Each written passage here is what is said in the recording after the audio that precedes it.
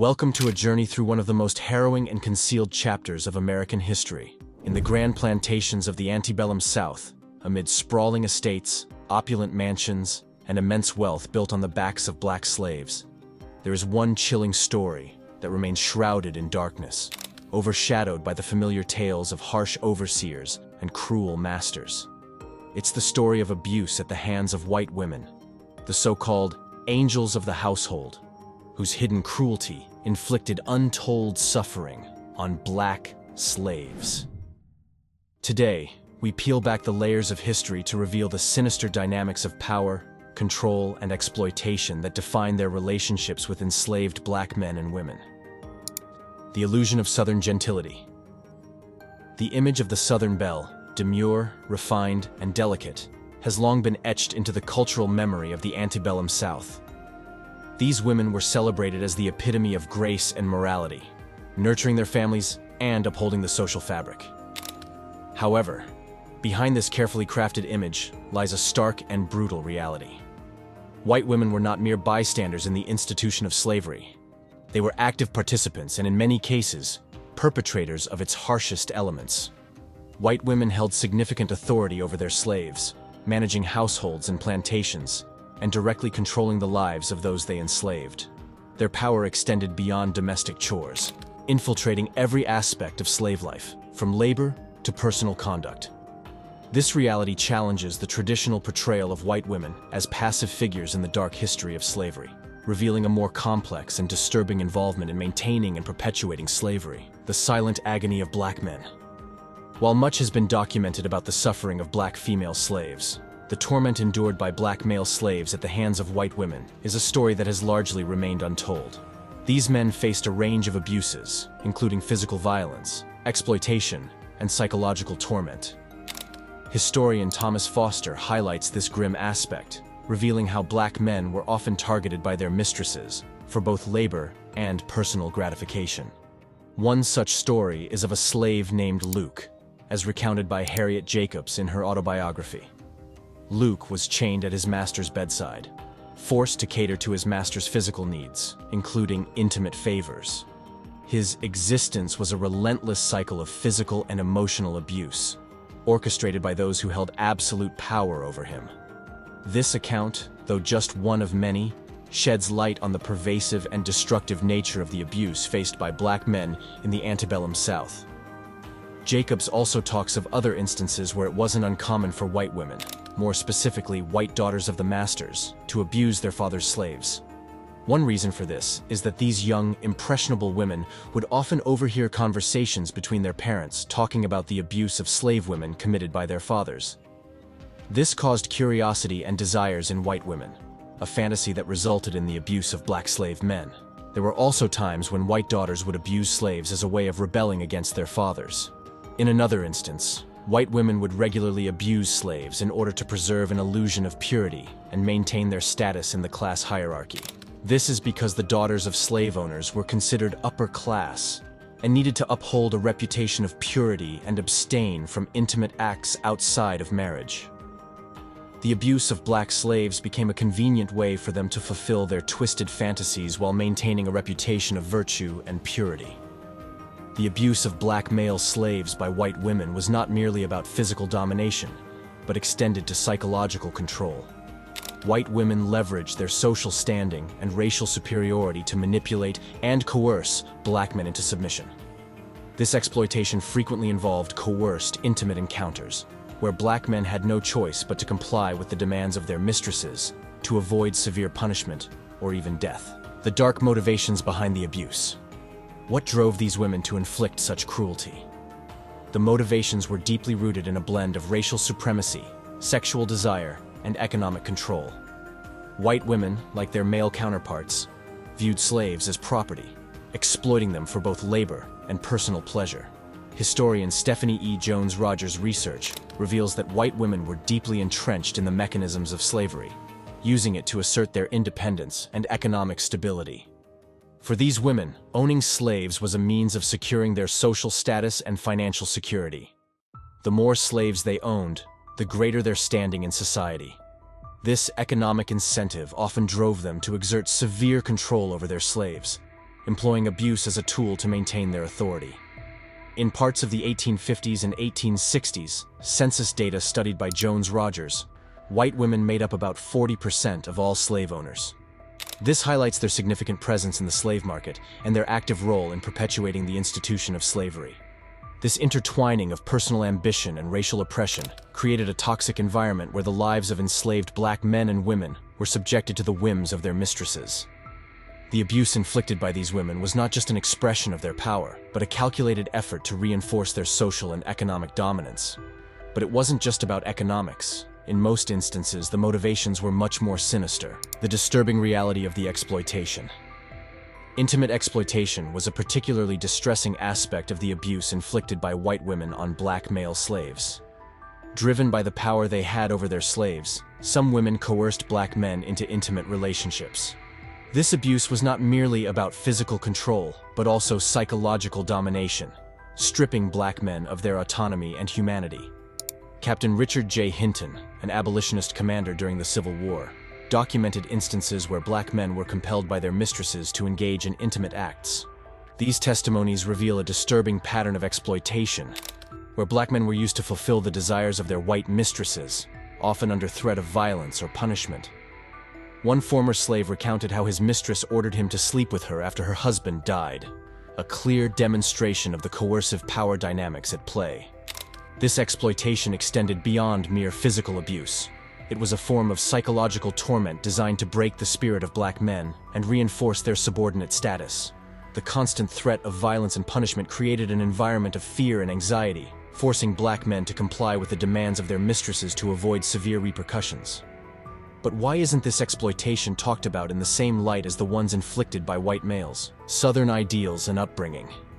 This may have to do with the fact that Southern society idealized white women as paragons of virtue and delicacy, a perception that concealed their active participation in slavery's brutalities. This idealization provided a convenient cover for their abusive behavior, allowing them to maintain a facade of respectability while perpetrating acts of violence and control over their slaves. White women were trained from a young age to participate in the management of slaves. They were given slaves as gifts and were exposed to the mechanisms of the slave market from childhood. This early involvement ingrained in them a sense of entitlement and authority over the enslaved, preparing them for their roles as mistresses of plantations. Interviews with formerly enslaved people, conducted by the Works Progress Administration in the 1930s, reveal that part of white children's training involved beating enslaved people. This early exposure to violence and control shaped their attitudes and behaviors and reinforced their roles as active participants in the system of slavery. The societal expectations of the time also played a significant role in shaping the behavior of white women. They were expected to uphold the ideals of Southern womanhood, which included managing the household and maintaining order among the slaves. This responsibility often translated into harsh measures to ensure discipline and compliance, with abuse becoming a common method of asserting control. Physical abuse and punishments. The most common punishment to assert this control was physical abuse. Enslaved people were subjected to brutal punishments for even the slightest infractions. These punishments were not just about discipline, but served as a tool of control and intimidation. Enslaved men and women were often whipped, beaten, and subjected to various forms of physical torture. White women, who managed households and plantations, were known to administer these punishments personally, or instruct overseers to carry them out. The goal was to instill fear and maintain absolute control over their slaves. In addition to whipping and beating, other forms of physical abuse included branding, mutilation, and confinement in stocks or other restraining devices. These punishments were designed to inflict maximum pain and suffering, serving as a constant reminder of the enslaved people's subjugated status. One particularly harrowing account involves a woman who was branded on her face by her mistress for attempting to escape. Such brutal acts were meant to dissuade other slaves from defiance and reinforce the absolute authority of their mistresses. The scars left by these punishments served as permanent reminders of their bondage and the cruelty they endured. The punishments didn't end with physical abuse. Psychological torment and manipulation were also used as tools of suppression and control. Psychological torment and manipulation. Enslaved people were subjected to a constant state of fear and anxiety, knowing that their lives and well-being were entirely at the mercy of their mistresses. Psychological abuse took many forms, including threats of violence, humiliation, and degradation. White women used their authority to manipulate the emotions and thoughts of their slaves, creating an environment of constant psychological stress. This abuse was often more devastating than physical punishments, as it stripped the enslaved people of their dignity and sense of self-worth. Enslaved men and women were forced to endure relentless exploitation and control, with their lives dictated by the whims of their mistresses. The constant threat of violence and punishment created an atmosphere of fear and uncertainty, leaving deep emotional scars on the enslaved people. For example, slaves were often isolated from their families or loved ones as a form of punishment, exacerbating their psychological torment. The separation from family and the constant fear of further abuse created a pervasive sense of despair and helplessness. The emotional toll of this abuse was profound, impacting the mental and emotional well-being of the enslaved people. But in some instances, the physical abuse and mental torment would not break the spirit of the black man. Control and resistance. Despite the overwhelming power wielded by white women, enslaved people found ways to resist and assert their agency. Acts of resistance ranged from subtle forms of defiance, such as work slowdowns and sabotage, to overt acts like running away or revolting. Enslaved men and women employed various strategies to resist the control of their mistresses. They formed bonds with other enslaved people, creating networks of support and solidarity. These acts of resistance, though often suppressed, highlight the resilience and courage of the enslaved people in the face of brutal oppression. One notable example of resistance involved an enslaved woman who managed to escape from her mistress and sought refuge with a group of runaway slaves. Her story of defiance and survival became a symbol of resistance against the harsh control of her mistress. Despite the risks involved, many enslaved people continued to resist and challenge the authority of their mistresses, demonstrating their determination to fight for their freedom and dignity. The complexities of control and resistance reveal the dynamic nature of the power relationships within slavery. While white women exerted significant control over their slaves, the enslaved people continually sought ways to challenge and undermine their authority, demonstrating their determination to resist and survive, despite the overwhelming odds against them. Silence and suppression. The abuse of black male slaves by white women has remained largely hidden in historical accounts, overshadowed by the broader narrative of slavery that focuses on white male slaveholders. This silence has perpetuated a skewed understanding of the dynamics of power and exploitation within slavery. Slave narratives and accounts that depicted white women as perpetrators of abuse were often suppressed to maintain the prevailing social order. Publishing such narratives could challenge the perception of white womanhood and undermine the image of the virtuous Southern lady. However, despite the efforts to silence these stories, some instances of resistance and resilience have been preserved in historical records. These accounts provide valuable insights into the complex interactions between race, gender, and power during this era, challenging the traditional narratives and shedding light on the multifaceted nature of oppression.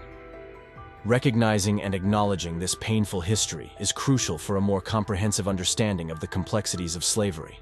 It challenges the traditional narratives and highlights the various ways in which black people were exploited and oppressed, not just by white men, but also by women who wielded significant influence and authority.